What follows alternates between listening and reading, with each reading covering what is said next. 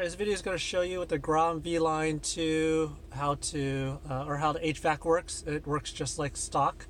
So temperature up and down just like it would normally.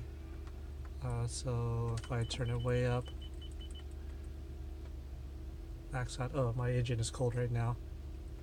But if we go all the way down, max cold, you can hear it blowing right now.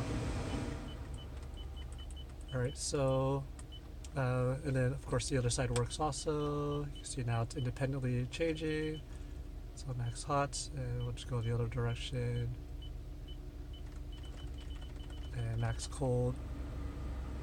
So that turns on for that. And then of course the climate button, just like before.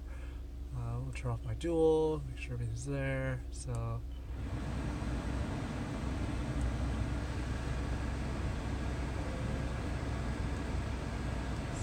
everything works like it should. Let's go back to auto. Everything's fine there. And the rear view camera, just like before. Oh, so from here you can go back to either press audio or you can press disc player. It'll bring you back to your Grom, and then put it in reverse. And there's your rear view camera, just like before.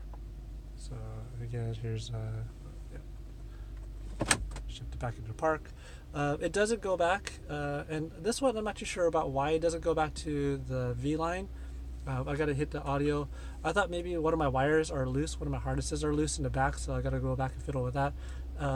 But I saw another review for a different vehicle, not the GX, and they had the same issue too, where if you go to any other of these, or you shift into reverse, it doesn't go back, it just turns up blank. So I don't know if this is vehicle specific or not. And yeah, it's trying to connect to my Bluetooth.